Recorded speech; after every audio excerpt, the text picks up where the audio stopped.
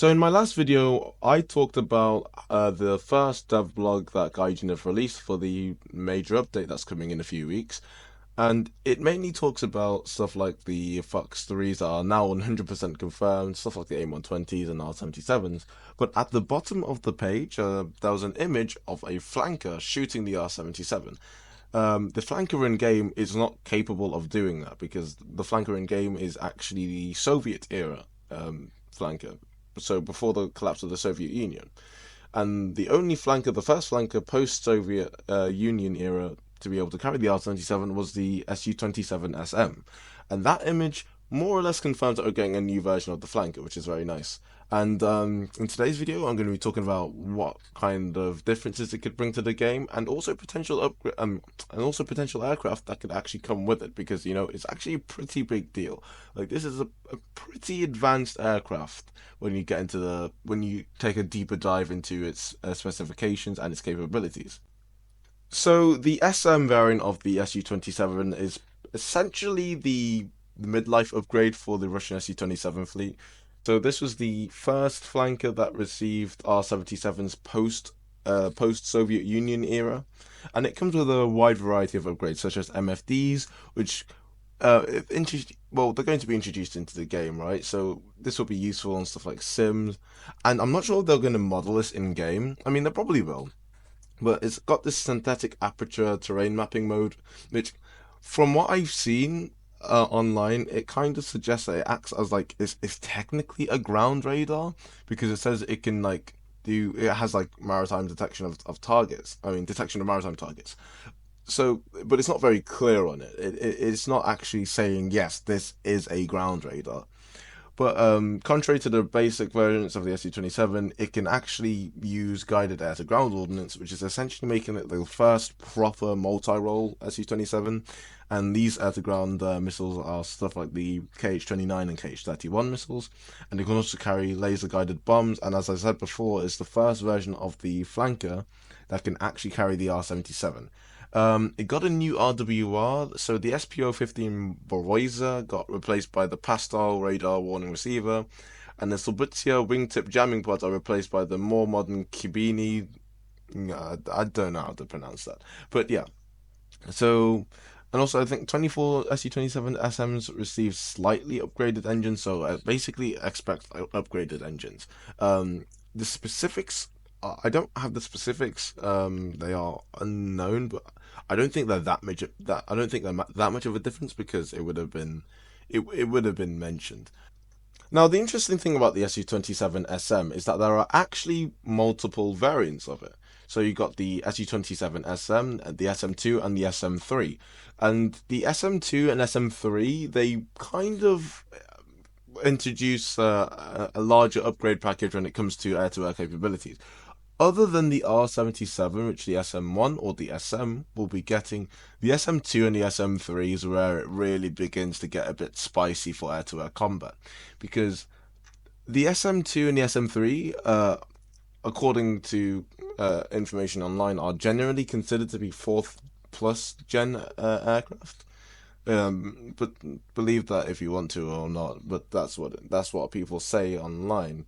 But the SM is more like of an introduction to multi-role. They focused more on like being able to actually deliver ordnance. So having the capabilities of a multi-role such as that are similar to something such as the F-16C, which is capable of both air-to-air and air-to-ground. And this is kind of like I don't want to say a response to that, because the Su-27 as a whole is more of a response to the F-15, but I guess the Russians just wanted something that can do that little bit more. So the SM was overall is a pretty big leap for the Russian, especially after the collapse of the Soviet Union. So yeah, when it comes to the SM2 and the SM3, I find it highly unlikely that we're actually going to get these in game. Purely because, like I said, a more fourth plus gen aircraft apparently. I don't really consider them to be that, but I think they're just a really upgraded flanker. What I consider to be a fourth gen plus flanker is stuff like the Su-30 and Su-35, but I digress. But yeah, the SU27 kind of, even with the SM standard, kind of lacked behind Western counterparts such as the F-15C and beyond visual range. And the Russians kind of realized this, and they kind of just upgraded. They were like, okay, well, we kind of need to fix this because our new flanker kind of isn't good. So, well, not it's not bad, but it's just not as good as they were intended to be. So they upgraded it to the SM2, and then it got better with the SM3. So the Su-27 SM2 and SM3 variants is where, like I said, air-to-air combat got a massive upgrade for the SM family of the flanker.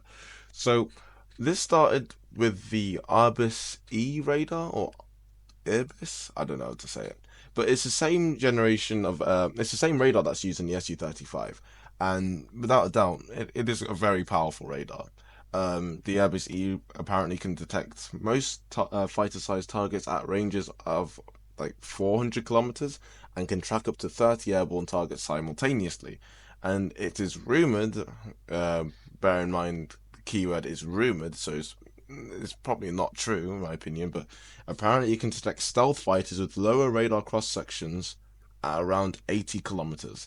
Believe that if you want to. I personally don't think it's true because the thing is, the SU-27 SM2 and SM3 radars, the Airbus E is. I don't think it's an ISO radar. I could be wrong. I'm pretty sure the Russians don't have one in the fourth generation fleet.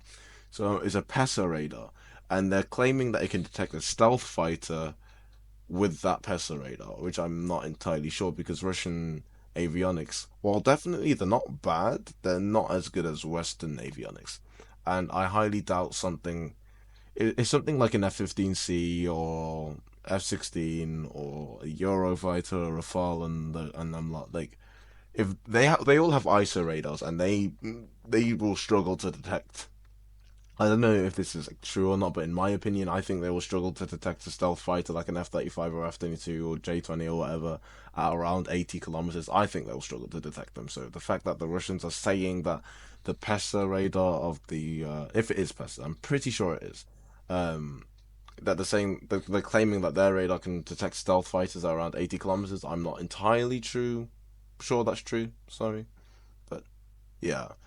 Um, yeah, like I said, the SU-27 SM2 and SM3 is the designated as the fourth plus generation fighter, and it's probably going to. It's rumored to stay until the 2030s. They are currently in service, and like I said, this will probably be one of the best aircraft in Air RB.